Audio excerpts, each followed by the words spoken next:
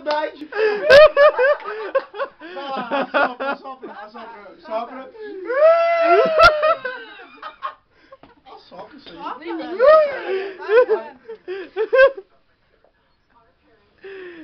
Sopra, meu irmão. Faz um pedido.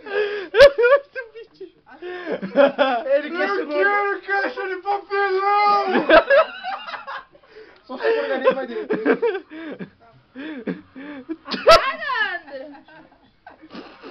Viu? Força. Assopra logo, isso aí que até eu me emocionei, vai. Vai, André.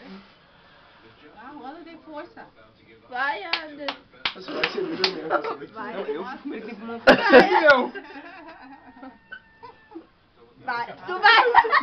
Capaz que tu é homem suficiente pra isso. Boa! Apaga essa, soca a baba. Não vá pro bolo. Soca a baba. Olha o tamanho daquela chama.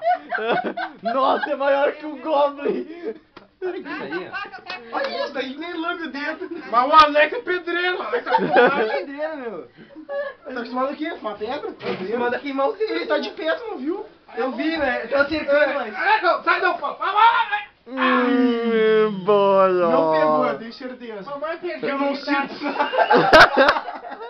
Paulo também. Ai.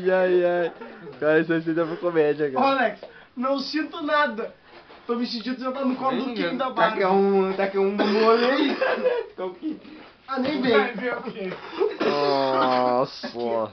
Eu falei que o homem não ia pagar, velho. Por que tu tá morrendo? Sai desse corpo. Cigarro, né? Tá com a mão na cabeça. Exorcista!